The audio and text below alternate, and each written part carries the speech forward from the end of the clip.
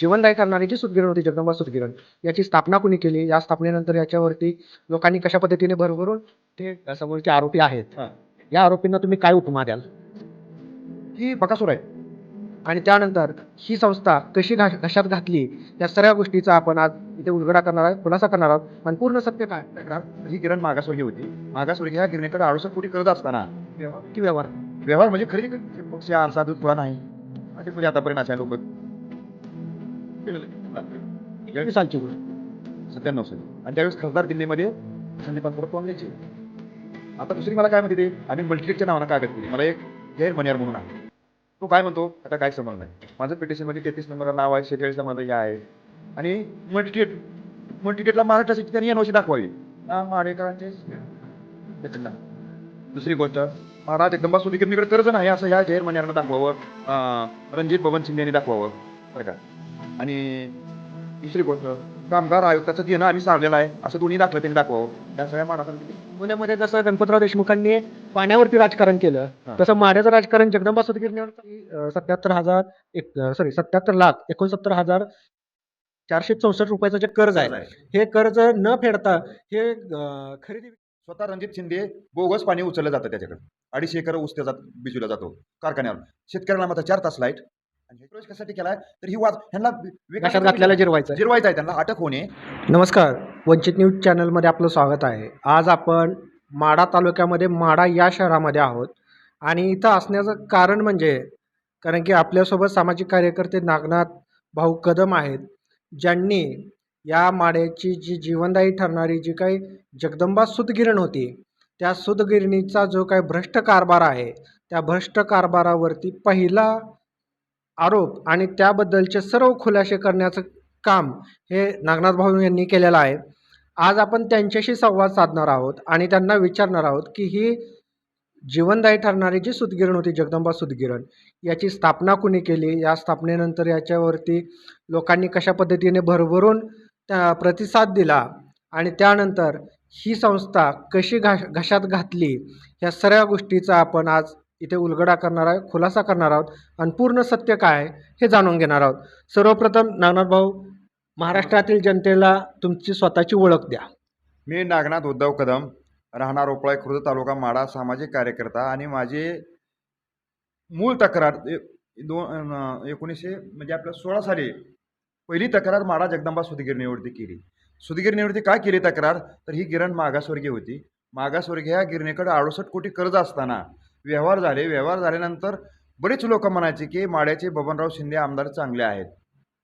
मग भ्रष्ट आमदाराने असं चांगला आमदार आहे मग 68 कोटी कर्ज असताना व्यवहार झाले कसे? 2 मुलाच्या नावाने, पत्नीच्या नावानं सुनंदा कोटेक, त्या नावानं सगळी कागद काढली. व्यवहार म्हणजे नक्की व्यवहार काय? व्यवहार म्हणजे खरेदी खत केले त्यांनी.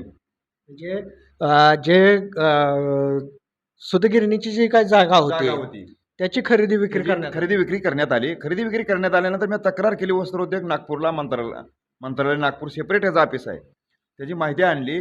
त्याच्या माहितीमध्ये त्या पिटिशनच्या कॉपीमध्ये तुम्हाला तर पिटिशनची कॉपी दिलेली आहे. माझं 33 नंबरला नाव आहे.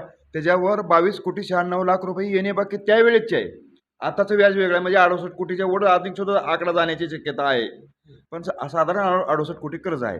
आता दुसरे काय लोक म्हणतात की बबनराव शिंदे हे भाजपमध्ये प्रवेश केल्यानंतर तुमची प्रक्रिया म्हणजे त्यांचा मुलांना आता भाजपमध्ये प्रवेश केला की त्यामुळं ही प्रकरण तुमचं थांबलं. भाजप पक्ष असा दूध खुळा नाही. मी सुद्धा भाजपचाच आहे. की भाजपवाले काय करते ती माहिती आहे का? नुसती फाईलवरची खाली ठेवते ती आणि परत आणि ब्याह दाखवते ती. ब्याह दाखवूनच भाजपमध्ये आतापर्यंत अशा लोक केलेलं आहे त्यांनी. आणि दुसरी गोष्ट, अनेक शिंदे कुटुंबाला भाजप ओळखायला आणि त्यांना जन्म घ्यावा लागेल. भाजप ओळखायला त्यांना जन्म घ्यावा लागेल. भाजपमध्ये असं नाही. आता मीच आहे. मी तक्रारदार आहे. मी दिल्ली सुप्रीमपर्यंत लढणार, पण माघारी घेणार नाही. मी सुद्धा भाजपमध्येच आहे. आता हा जो सूतगिरणीचा विषय आहे, हां. ही सूतगिरणीची स्थापना जी आहे, ही स्थापना माननीय खासदार, तत्कालीन खासदार संदीपान थोरात साहेबांनी 1984 केली होती. 1984ला जी स्थापना झाली होती त्यावेळेस लोकांनी 1600 ते 1700 रुपये प्रमाणे एकरी जमीन दिली. का दिली तर माड्याचा विकास होईल, माड्याची प्रगती होईल, माडा माडा नकाशावर येईल अशा लोकांनी त्यांचं बंद पडलेलं नाही. कर्ज झालं म्हणून जमिनी ऐकलेल्या नाहीत. माड्याचा विकास होईल म्हणून दिली. पण या संदीपान थोरातने काय केलं माहीत आहे का? ह्या गिरणीच्या नावाखाली मल्टीटेट केलं. मल्टीटेट याचा अर्थ असा आहे माहीत आहे का? खाजगी संस्था, आता तुम्ही चॅनल चालवत आहे म्हटल्यानंतर तुम्हाला सगळीच माहिती आहे, आमच्या बराच जास्त तुम्हाला अनुभव आहे. तर मल्टीटेटच्या नावाखाली यांनी काय केलं माहीत आहे का? मल्टीटेट केलं. मल्टीटेटच्या नावाखाली यांनी खरेदी व्यवहार केलं. 68 कोटी कर्ज ही विक्रीला परवानगी यांनी अशी मुद्दा केला. आणि मुद्दा असा केला की 97 साली संदीपान थोरात खासदार होते आणि बबनराव शिंदे आमदार होते, अपक्ष अपक्षाचा पाठिंबा त्यावेळेस मनोहर जोशी मुख्यमंत्री होते आणि अपक्षाचा पाठिंबा असल्यामुळे यांनी मल्टीटेट दबाव 46 आमदारांनी दबाव टाकून बबनराव शिंदेने त्यावेळी पहिला प्रयोग ही केला आहे बबनराव शिंदेने भ्रष्टाचाराचा त्यावेळेस, की दबावपोटी यांनी मल्टीटेट केलं. मराठी शासनाची एनओसी नाही त्यांना.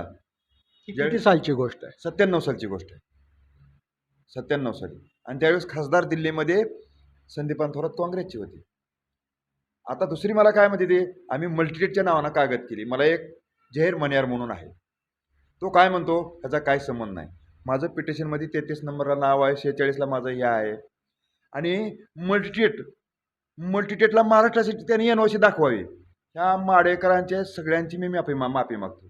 दुसरी गोष्ट, मागासवर्गीय सुदगिरणीचा मागासवर्गीय आयोगाचा अहवाल ह्यांच्याकडनं आहे. दुसरी गोष्ट, माडा जगदंबा सुदगिरणीकडे कर्ज नाही असं ह्या जहीर मनियारनं दाखवावं, रणजित बबन शिंदे यांनी दाखवावं बरं का. आणि दुसरी गोष्ट, कामगार आयुक्ताचं देणं आम्ही सारलेलं आहे असं दोन्ही दाखलं त्यांनी दाखवावं. ह्या सगळ्या माडा तालुक्यातल्या जनतेची मी माफी मागण्यास तयार आहे. फक्त दिशाभूलही करते हीच दोघं दिशाभूल करते ती. माड्यामध्ये खरा भ्रष्टाचारी हे दोघं आहेत. ही मनियार जे आहे ना, मनियार घेतला नाही, तो ढालगावचा आहे. माड्यानं त्याचा काही संबंध नाही, तो ढालगावचा इथं आलेला आहे. जत ढालगाव. जत ढालगावचा आहे. ढालगावला काय नाव आहे ही तुम्ही, आणि सुद्धा तुम्ही चॅनल आहे, तुम्हाला माहिती आहे ढालगावचं नाव काय आहे ही सुद्धा विचारा तुम्ही. काय ही ढालगावचा आहे, त्याचा काही संबंध नाही माड्यामध्ये. त्याचबरोबर कामगार आयुक्ताचे तुम्ही जसे एनओसी म्हटला, कामगार आयुक्तांनी याबद्दल सुनावण्या ठेवल्या होत्या. त्याबद्दल त्यांना 60,000 रुपये दंड झाला. त्याची कॉपी सुद्धा मी तुम्हाला दिलेली आहे. त्याची कॉपी दिलेली आहे. त्याला दंड झाला, ह्या सगळ्या आठ जणाला दंड झाला आहे. 6,000 रुपये, 8,000 रुपये दंड झाला. त्यामध्ये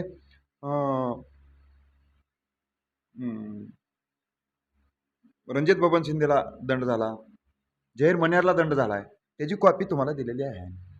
अगदी बरोबर. परंतु ही जी काही सर्व जी काही प्रकरण आहे, हे जे प्रकरण चाललंय, हे प्रकरण बरोबर एखादी म्हणजे स्थानिक स्वराज्य संस्थेच्या निवडणुका असतील, विधानसभेच्या निवडणुका असतील किंवा लोकसभेच्या निवडणुका असतील, हे निवडणुकाच्या तोंडावरतीच हा विषय उद्भवतो माड्यामध्ये. नाही, ही गैरसमज आहे. माझी लढाई 2016 पासून आहे साहेब. 16 पासून मी चळवळीचा कार्यकर्ता आहे. कारण कसं आहे, सांगोल्यामध्ये जसं गणपतराव देशमुखांनी पाण्यावरती राजकारण केलं, तसं माड्याचं राजकारण जगदंबा सुदगिरणीवर चालाय असं आहे का? नाही, माड्याचं राजकारण जगदंबा सुदगिरणीमुळे त्यांचा पराभव झाला. तुम्हाला सांगतो, माडा जगदंबा सुदगिरणी म्हणजे माड्यामध्ये आता माड्यातला स्थानिक उमेदवार होता राष्ट्रवादीचा, पण लोकांनी का मतं दिली अभिजित आबाला, की माड्यामध्ये सुदगिरणीचा भोंगा वाजवला होता यांनी 2014ला. RR पाटलाच्या असती भोंगा वाजवला होता. आणि भोंगा वाजवायला ही रणजित बबन शिंदे होते भोंगा वाजवायला. आणि काँग्रेसचे चिटणीस आहेत आता, ही कोण, जहीर मनियार हा काँग्रेसच्या चिटणीस आहे. काँग्रेसनं भाजपच्या विरोधात बंड उठवायला पाहिजे का नाही, भ्रष्टाचार केलाय म्हणून. का उठवत नाही बंड? म्हणजे ह्यानं गबळ हाणलंय हो, ह्यानं कागद केलाय, त्यामुळे ह्याचं तोंड बंद झालेलं आहे. हे आपलं भाजपमध्ये गेलं, उलट त्याला उलट भारी वाटतंय उलट.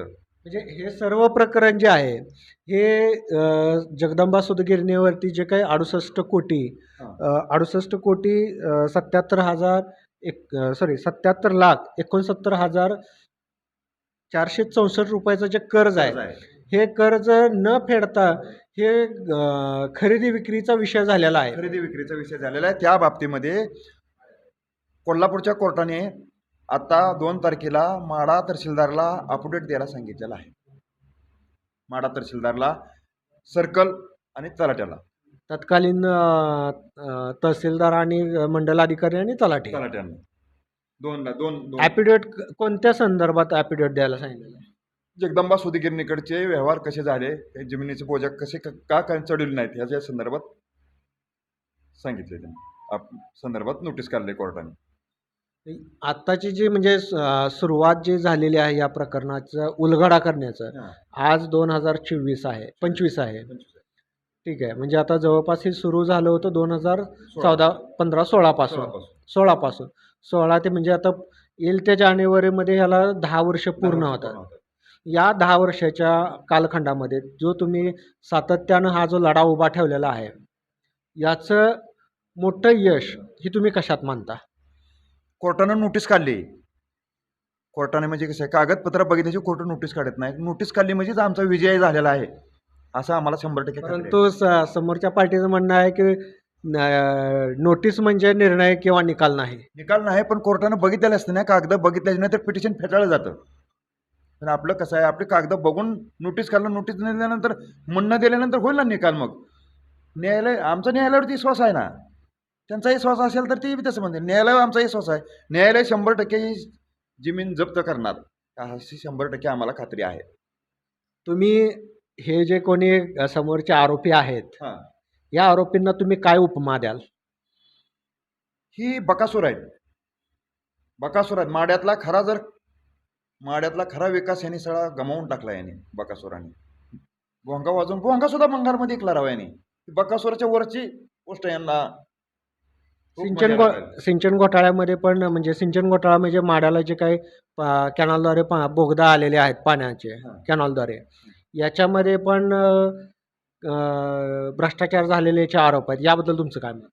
भ्रष्टाचार झालेले आहेत. आता दुसरी गोष्ट, आता कॅनलच्या म्हणतात का नाही, उंदरगावमध्ये बंदर आहे. उंदरगावमध्ये स्वतः रणजित शिंदे बोगस पाणी उचललं जातं त्याच्याकडे. 250 एकर ऊस त्याचा बिजूला जातो कारखान्यावर. शेतकऱ्याला मात्र 4 तास लाईट आणि ह्याची मात्र 24 घंटे लाईट चालू. आणि विनापरवाना उंदरगावच्या बंदरातून सुद्धा पाणी हाणतो हा बकासूरच आहे. म्हणून तर त्याचा पराभव झाला. आता लोक म्हणते का नाही 30,000 पराभव झाला, 30,000 जास्त मतांना पराभव व्हायला पाहिजे. आता ही मानतच नाहीत. कसं आहे, पराभव ह्यांना मान्य नाही. मान्य केला पाहिजे ना पराभव मान्य करताना ह्याला 1,06,000 मतं पडली. शिंदेंना 1,06,000 मतं पडली. 1,06,000 पडले. त्यांना 8 जणांनी त्यांना पाठिंबा दिला होता. 8 जणांनी. मग 8 जणांची मतं किती आणि ह्यांची मतं किती, ह्याने अनेक पत्रकारांनी प्रश्न विचारला नाही. पण रणजित शिंदेला खुलासा केला पाहिजे की 8 जणांची एवढी मतं आहेत आणि माझी एवढी मतं आहेत. सावताची किती बरं का, कल्याणराव काळेची किती, रेडे पाटलाची किती, गणेश पाटलाची किती, भीमानगर पाटलाची किती, शिवानानाची किती आणि सगळ्याची किती, माझी किती, ह्याचं उत्तर अनेक रणजित शिंदेने दिलेलं नाही. अगदी बरोबर. ह्या बाबतीत त्यांनी कोणत्याही प्रकारचे खुलासे केलेलेच नाहीये. केलेलंच नाही. ती अशी आहेत, ती म्हणते की आमचीच मतं आहेत. मी 8 जणांची काहीच नाही का मतं. मग ह्या 8 जणांनी तर सांगावं आमचा काय संबंध नाही मतात. नाही तर मग त्यांनी तर म्हणावं या 8 जणांचा काय संबंध नाही, असा खुलासा त्यांनी केला पाहिजे ना. अगदी बरोबर. म्हणजे सर्वसाधारणपणे हा सर्व जो काय प्रकार आहे, हा माड्याचे बकासूर म्हणून तुम्ही यांना उपाधी दिलेली आहे. माड्याचे बकासूर म्हणून ह्यांनी ही जी काय जगदंबा सुतगिरण आहे अख्खी घशात घातलेली आहे. आणि घशात घालून आता भाजपमध्ये प्रवेश केला. आता भाजपमध्ये प्रवेश कशासाठी केलाय तर ही ह्यांना घशात घातल्याला जिरवायचं आहे. त्यांना अटक होणे. दुसरी गोष्ट, ईडी चौकशी थांबवावी, फाईल थांबवावी. पण एवढा भाजप आणि ह्यांना कळलेला नाही. आणि सुद्धा मी खात्रीशीर सांगतो, मी भाजपचा 88 पासूनचा क्रियाशील सभासद आहे, भाजपचाच आहे मी. पण मी जरी सामाजिक कार्य करतो पण भाजपचाच आहे.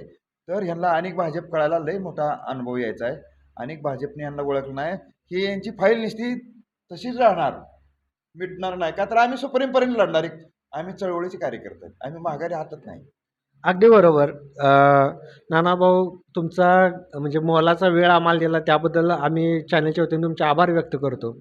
आज चॅनलच्या माध्यमातून या जगदंबा सुतगिरणीचा जो काही भ्रष्ट कारभार आहे, हे नागनाथ भाऊंच्या माध्यमातून कुठंतरी समाजापुढे, महाराष्ट्राच्या जनतेपुढे हा येत आहे. आणि त्याच अनुषंगानं हे भाजप प्रवेश झालेला आहे. हे जे काही प्रश्नचिन्ह होते, याला कुठंतरी उत्तर यातून मिळत आहे हे दिसून येतं. वंचित न्यूजसाठी मी सचिन बाबर. धन्यवाद.